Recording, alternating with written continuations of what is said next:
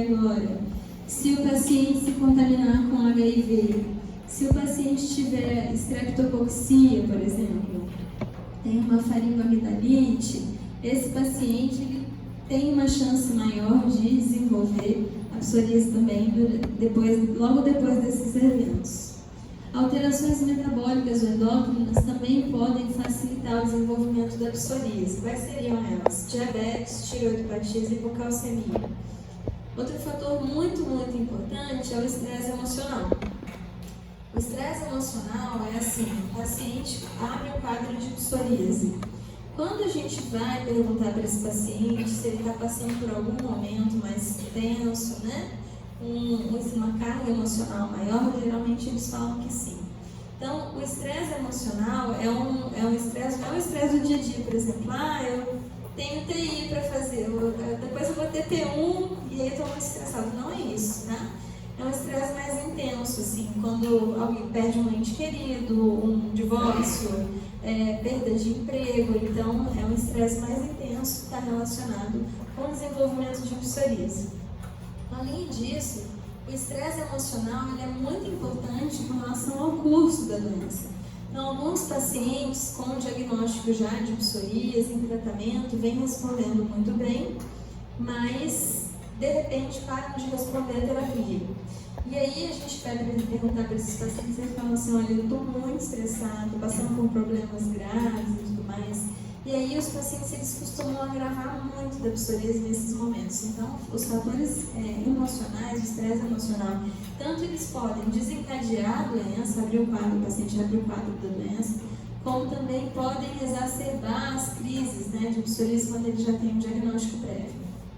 E existem algumas drogas que também estão relacionadas com piora do quadro da psoríase, inclusive estão relacionadas com falta de resposta terapêutica. Então, se o paciente, por exemplo, tiver psoríase e estiver tratando com ANI, por exemplo, tem uma lombocetalgia, está tomando um ANI, ele pode agravar da psoríase. Aí ele toma beta-bloqueador, toma lítio, fibrato, imiquimod, TNF-alfa, anti-TNF-alfa, ou inibidor da ECA também. Então, o que é muito importante a gente estabelecer bem para os pacientes, estabelecer com os pacientes a medicação que eles usam. Então, os pacientes com psoríase, eles devem ser orientados a não usar ANI, se precisar, usar assim com muita parcimônia. Paciente que seja, por exemplo, hipertenso, que tem que tomar IECA, por exemplo, ou que tem alguma condição que precisa usar beta-bloqueador. Esses pacientes, eles costumam não melhorar da psoríase. Então, geralmente, quando esses pacientes têm falha terapêutica e tomam beta-bloqueador, tomam inibidor da ECA, a gente costuma encaminhar para o cardiologista para ele avaliar a possibilidade de trocar a droga, tá? Tem que trocar a classe farmacológica.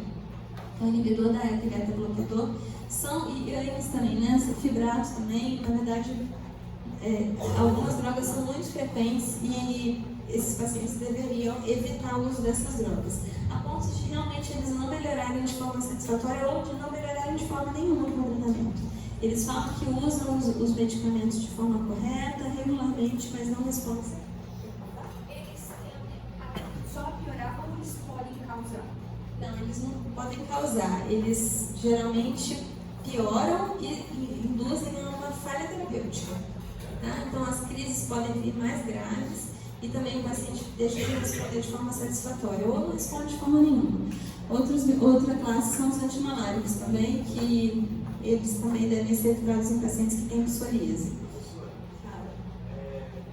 Por exemplo, a gente sabe que tem um tipo de dor lombar que está no caso para psoríase. E esse tratamento de dor lombar é com AINE que a gente faz. Como que ela melhora e piora a sensação da dor? Então, aí a gente tem que pensar muito bem, porque imagina um paciente que tem uma artrite psoriásica e psoríase junto, então é um paciente que tem dor crônica, né? Então é diferente, por exemplo, de um paciente que está com uma crise, está com uma lombocetalgia, a gente sabe que isso não vai durar para sempre, né? Tem os períodos de crise, né, de dor, e aí o paciente pode eventualmente tomar um ANI por 5 dias, né? 7 dias no máximo, para dar uma melhorada na inflamação e depois suspender. Outra coisa é um paciente com artrite, com dor crônica, então isso tem que ser muito bem pesado, tá? Na verdade, tá? Tem que ser muito bem pesado mesmo. Geralmente, o paciente com artrite psoriásica não trata só com um anti-inflamatório não esteroidal, então eles usam outros medicamentos que também vão melhorar a psoríase da pele, tá? Melhora a pele e a artrite psoriásica, entendeu? E existe um fator também, que é um fator que desencadeia lesões novas, que é o trauma. O trauma, ele induz um fenômeno na pele que chama fenômeno isomórfico de Kebner. Kebner, vocês precisam saber isso, tá? O Kebner, o que significa isso? O paciente desenvolve a doença de base. O paciente desenvolve a doença de base na conformação do trauma. Vocês repararam na imagem que estava projetada ali? Era um paciente com uma cicatriz cirúrgica. E na conformação da incisão e da sutura, o paciente desenvolveu a psoríase. Então, a psoríase, ela não tinha exatamente a conformação